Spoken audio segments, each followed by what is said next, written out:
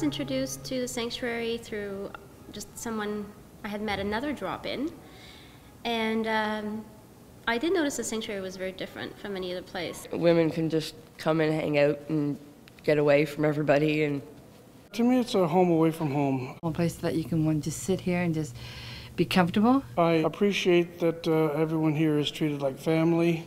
A place away from home, because if your home is not a safe place, you gotta go somewhere to find somewhere safe. I come because the people here are lovely to be around. Sorry, I get emotional when I think about this. This place, for me, is a safe haven now. It makes me feel at home. It's pretty easy going and you're just relaxed, and it's a very good place to come to.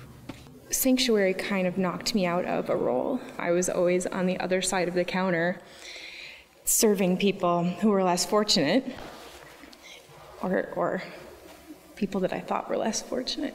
Sometimes coming to serve is actually a means of maintaining our power. So we serve because then that gives me something to do, and as long as I've got something to do and I can care for you, it can keep you at a distance. When you flip that dynamic around, and somebody who's used to being a caregiver, a server, or having a position of power now has to just receive from people that normally they would think, I'm here to take care of, then it breaks down all kinds of boundaries. You can't be with these people who are living on the edge of survival day after day and not feel like your own stuff is coming to the surface.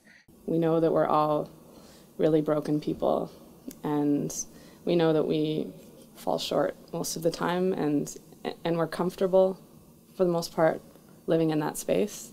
What we realize is that we're journeying together. It's not about one group of people who have privilege and power and ability, who are trying to care for somebody else or offer something new to somebody else, so much as it is a group of people who have gifts to give to each other, and who have wounded places that need healing and places that need care, and we receive those things from each other, so we offer what we have.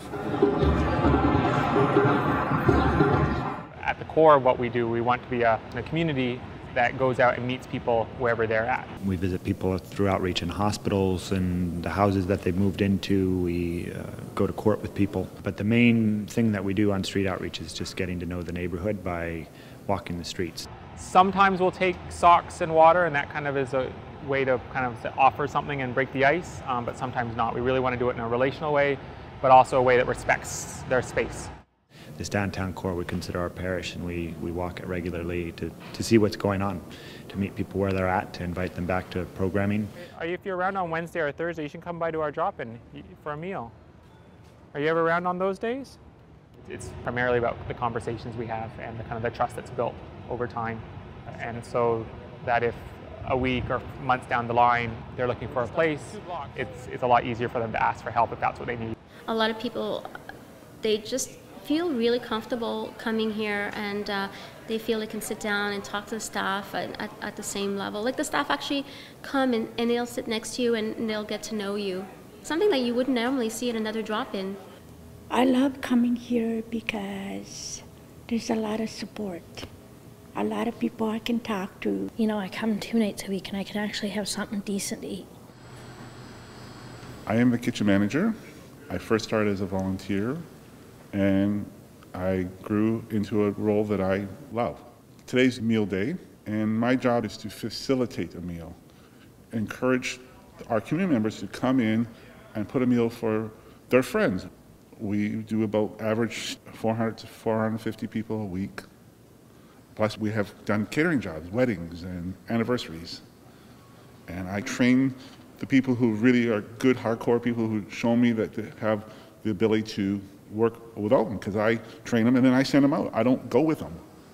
Well, you have dental pain, but on the other side, where is your dental pain? Bottom and both sides. Okay. The healthcare has been a really benefit to me. My own doctor's way out, okay, so this is really within walking distance. So yeah, they've helped me with a few things and getting things straight out, so yeah. And having a listening ear was awesome good.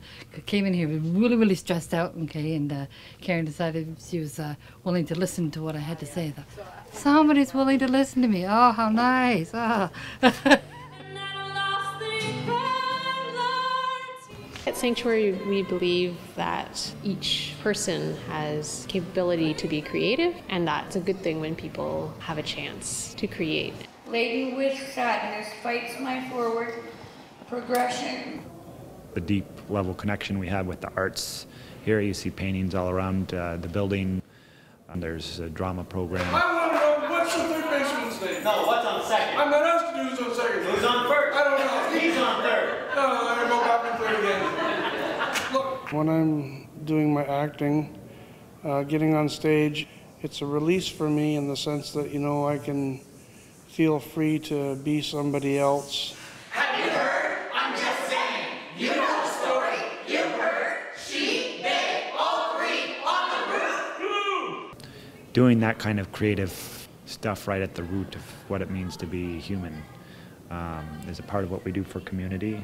That's really artistic community, and they encourage that, which is very helpful. I find that on Fridays when we have our art drop-in, there's sort of a little artist community that's developed over the years, and some people come just on Fridays and they don't come at other drop-ins, so it's definitely a point of contact for certain individuals that's really the arts is their draw to come here.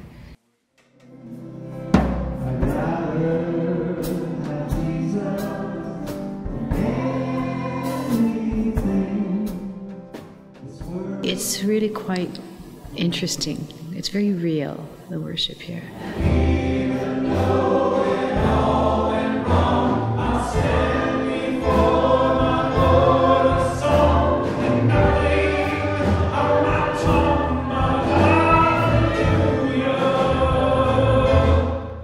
What we discover is when we worship together that often it's the people who are, quote, least functional, the people who are hurting the most, the people whose voices normally you wouldn't hear in a church scenario, who really truly become our leaders. They're the ones who are willing actually to be vulnerable enough to really put out there what their struggles are. They're willing to be honest, in fact, with God. It's a great place to come to church if you don't like church. It's awesome. I never liked church, and it made me come all the time now. My spiritual journey has been a long and complicated one, but I really enjoy the church services here. They have a beautiful church service here on Sunday, and I really look forward to it. It has a special spirit of love and inclusion for people. We don't think we've arrived. We don't think that Sanctuary as a community is this great thing that everybody else ought to emulate. We're just a messy group of people who are trying to find a way to live together day by day. And some truly amazing stuff happens out of that.